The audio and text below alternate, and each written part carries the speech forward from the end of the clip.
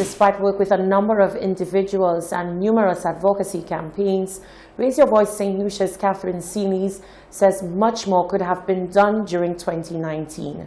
Seelys outlines pressing issues which she says remain sore points for the island. The outspoken advocacy voice says on the national level, the island remains stagnant on serious problems facing the most vulnerable in society. Solange Alfred reports. Raise Your Voice St. Lucia Catherine Seelys says though great strides have been made to educate individuals on their rights and privileges in 2019, more effort is needed in 2020.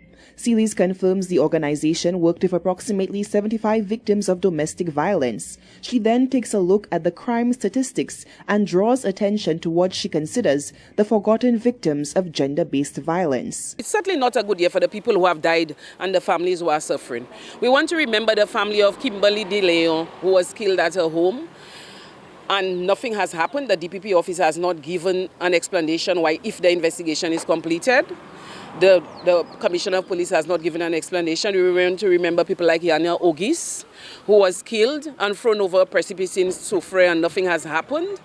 We want to remember people like Cheryl Clark, who was gunned down in the middle of the city and nothing has happened.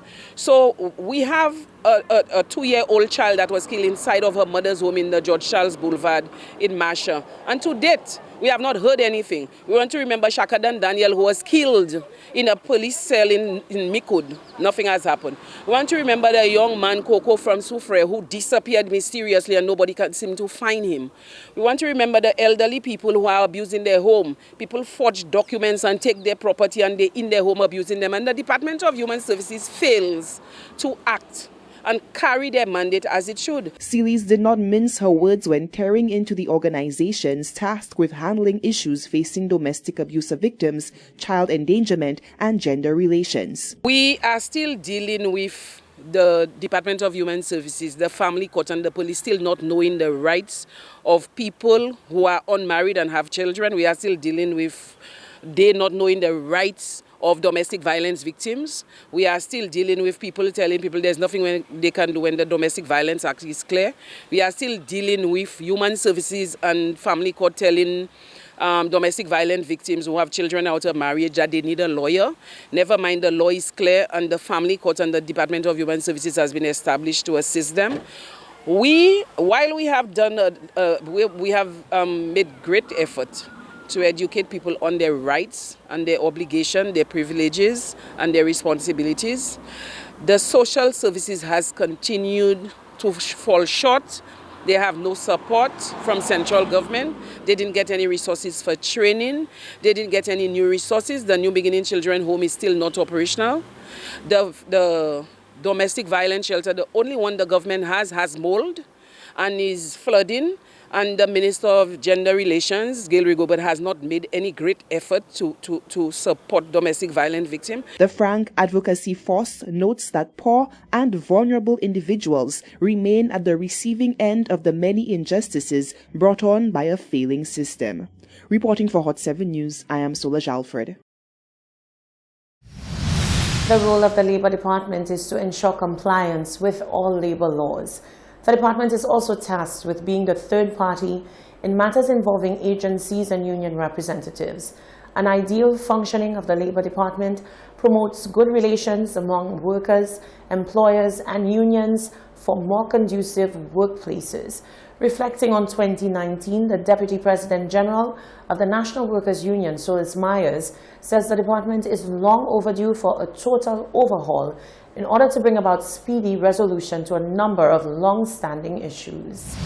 So unfortunately, the Labour Department has a lot of issues that they need to resolve. What we as a union, we have tried to do is meet with our employer partners at domestic level and try our best to resolve all of our matters. Because at the end of the day, when you're dealing with people, you have to try your best to make sure everything is resolved within a reasonable amount of time. You cannot allow various matters to be, just lingering, getting people more upset. So we've tried our best to make sure we resolve everything as much as we can. We would appreciate there would be some matters that have to go before the Labour Department. What we would ask is that serious, reflection and revision of the department be done so that at least St. Lucia can be put on the best footing when it comes to labor relations, because it cannot operate when you have a department that's not operating at its optimum level. It's not fair to the country, it's not fair to the workers, it's not fair to the citizenry on the whole. So at least for us, the labor department needs some serious revision, and we need to do something to put it on the right footing in 2020. That was Deputy President General of the National Workers Union, Solis Myers. Now, the NWU also reviewed 2019 and said it was a year of many successes. And as the world ushered in 2020, the union reps say they stand ready to take on the challenge of the industrial relations climate. Tensions flared in 2019 on a variety of long-standing issues. But the Deputy President General, Solis Myers, says a keen eye will be kept on the financial sector as a number of changes in the industry warrants close inspection. As the year closed off and a new year emerged, the National Workers Union counted its blessings with regards to the success rate of bringing resolve to a number of long-standing issues. Deputy President General NWU Solis Myers says the achievements were many, but the union remains mindful of the work ahead. 2019 was a year of successes, especially when it came to government in terms of our negotiations. We were also able to finalize a number of our standing branches. However, we still have a ways to go because we still have some really important institutions we have not been able to finalize that yet. But we are in advanced talks when it comes to the negotiations, so we're really hopeful that we can end within a reasonable amount of time, maybe towards the end of this year, early into next year. Looking to 2020, we're very concerned in terms of the financial services sector and all of the changes that we have been seeing, especially in terms of the mergers and the acquisitions. Changes in the financial sector have come in the way of Scotiabank being acquisitioned by Republic Financial Holding Limited, RFHL, and Royal Bank of Canada, bought over by First National Bank of St. Lucia. Myers says work has begun in earnest to liaise with the employees. We've already started the process with meeting with some of our workers in some of the affected institutions. So moving into 2020, we'll definitely be keeping our eye when it comes to that, making sure that our workers are not only protected in terms of their employment, but also the benefits as well. So we're really interested and very concerned in terms of how that sector is changing and moving with the times. NWU has no qualms with the changes in the financial sector and understands the global shifts currently going on. However, Myers notes from an industrial relations front, the NWU's priority remains people-oriented. At least from an industrial relations standpoint, you'll appreciate the world is changing. It's no longer as closed off as it used to be in the region. So we will no longer be immune to the international shocks from any industry. So in terms of the world of business, we understand you will have your mergers, your acquisitions, etc. But having said that, we also have to bear in mind you're dealing with people. And with that comes a lot of responsibilities. And as a union, we have to make sure we take care of our people. We make sure that they have job security, that their benefits are protected. And moving forward, St. Lucia is able to actually benefit from whatever international or regional acquisition or merger that takes place. Myers says the NWU will continue to champion the cause of individuals that it represents, vowing to protect workers from exploitation while helping to uphold health and safety of a productive working environment. Reporting for Hot 7 News, I am Solange Alfred. Prime Minister Alan Shastney has completed his tenure as the chairman of CARICOM, and Barbados's Prime Minister Mia Mottley has assumed the chairmanship. In her message, she stated that 2020 can and must provide the platform for a positive spirit of hope and optimism and a fierce determination to come together as Caribbean people to purposefully carry forward the transformation of the region into a space that truly values, nurtures, and provides concrete opportunities for every Caribbean man, woman, and child to run their leg of the relay. And sing of your Caribbean pride. Sing it loud and strong. Feel our hearts beat as one. People of the Caribbean community, hello. It is with a sense of immense pleasure, pride, and humility that I greet you at the start of this new year as the new chairman of CARICOM. Across our region, 2019 has brought more than its fair share of challenges, and indeed many of them including the very daunting prospects of the climate crisis, are certain to follow us into this new year. But as we enter 2020 with no thought of defeat, we do so conscious that long before terms such as resilience and sustainable development were fashionable, we saw ourselves and we knew that we are a resilient people who for centuries have battled adversity of every kind, and we've always prevailed. Our very history has been one of struggle, but one of success. It is against this backdrop that we can take a fresh look at the path we would wish to set for ourselves and our children, using a term that is no doubt familiar to us all. It is my sincere wish that our approach to the advancement of our people in every country of the Caribbean community will be characterized by a level of clarity that is usually associated with 2020 vision. For generations, the actions and the experiences of ordinary men and ordinary women of the Caribbean have left no doubt that they have always known what they have wanted for the inhabitants of these islands. And we are no different today. In fact, many of us have demonstrated what true integration really means, in spite of the obstacles of bureaucracy that we sometimes confront in our leadership class as we go about our ordinary business. But at the same time, we recognize that the regional integration movement, my friends, is very much a relay race. Sometimes we're hard on ourselves, expecting to achieve overnight that which requires patience and careful nurturing over generations.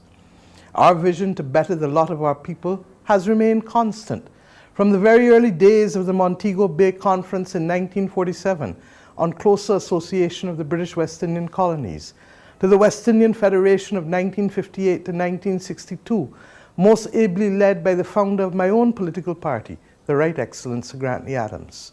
From the establishment of CARIFTA on December 15, 1965, 10 weeks after I was born, at Dickinson Bay in Antigua, to its transformation into the Caribbean Community, the institution we now know, the document signed on July 4th but coming into force on Emancipation Day, August 1st of 1973 at Chaguaramas in Trinidad, or to the 1989 Grand Aunts Declaration in Grenada that signaled our determination to remove the disadvantages of size and geography from our national development through our commitment to establish the single market and single economy. Our process has therefore been one that has moved from generation to generation of committed Caribbean people to the building of a regional integration movement that will allow us always to work to provide the best lives possible for our people. Lest we be influenced by those who will only see a half-empty glass rather than one that is half full, may I remind us all that the European integration movement started on the 16th of April 1948, so that as we enter the third decade of the 21st century, they too are still working to perfect that union despite having far more resources than we have ever had in the Caribbean. I pray, therefore, that 2020 will strengthen us to run our leg of this regional integration relay race with confidence. I pray that as leaders of the Caribbean community, we will work to give our people renewed confidence and inspiration to help us run this very leg, while staying focused on achieving the next phase of critical progress. And what is that next phase, my brothers and sisters?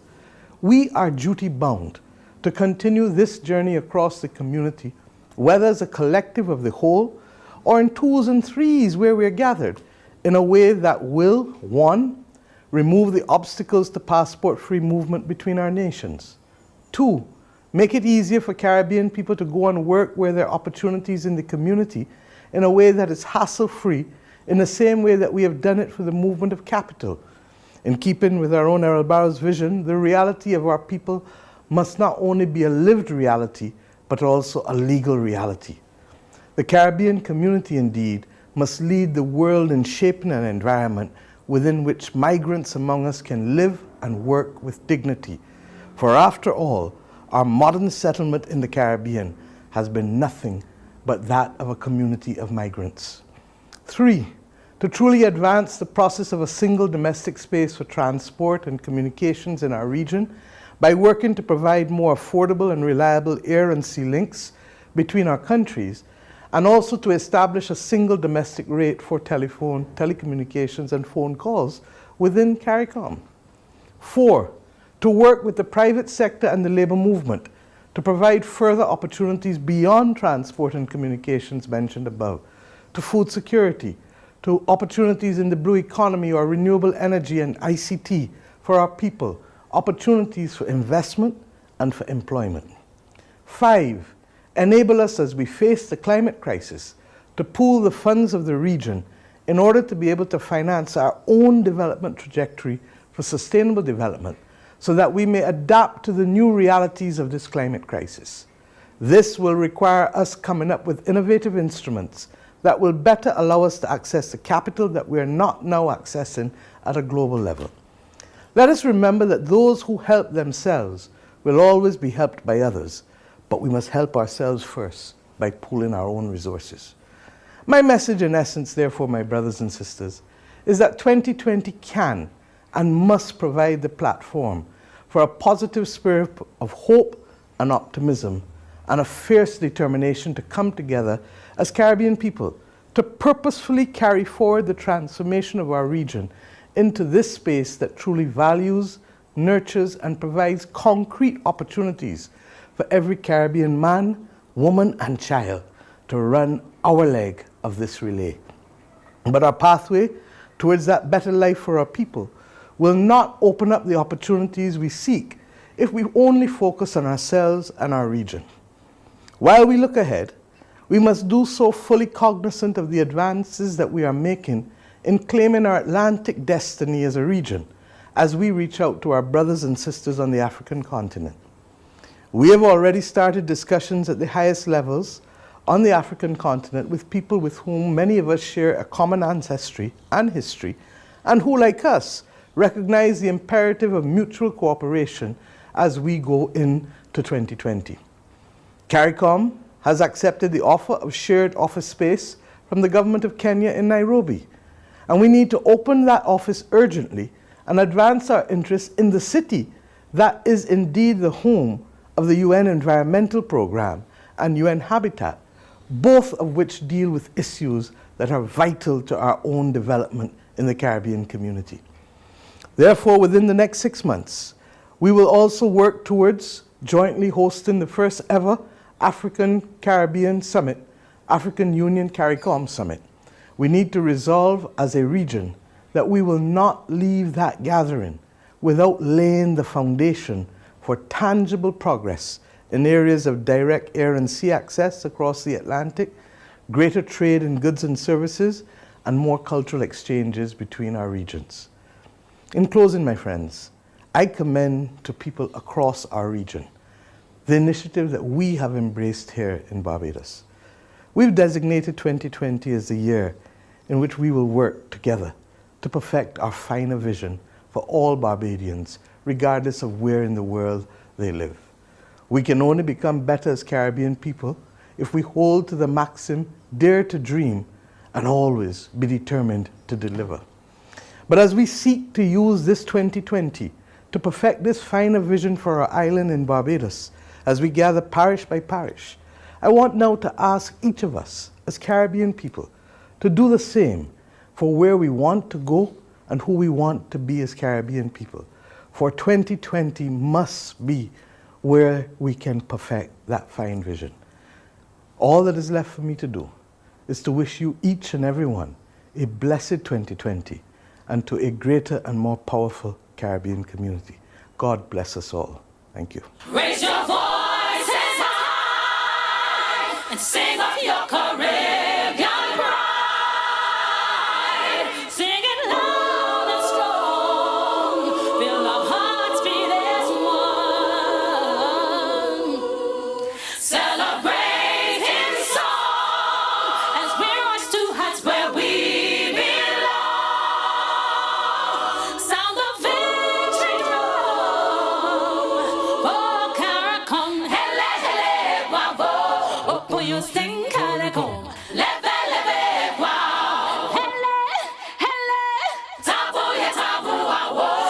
give you drum CARICOM. She outlined 5 preeminent goals for CARICOM. 1. To remove the obstacles to passport-free movement between nations. 2. Make it easier for Caribbean people to go and work where there are opportunities in the community in a way that is hassle-free. 3. Truly advance the process of a single domestic space for transport and communications in the region by working to provide more affordable and reliable air and sea links between countries. 4. To work with the private sector and the labor movement to provide further opportunities beyond transport and communications to food security, to opportunities in the blue economy or renewable energy and ICT for people of the region. And 5. To pull the funds of the region in order to be able to finance the development trajectory for sustainable development so that the region can adapt to the new realities of the climate crisis. This is the Hot 7 TV Nightly News. Coming up next, sports and weather. So stay with us.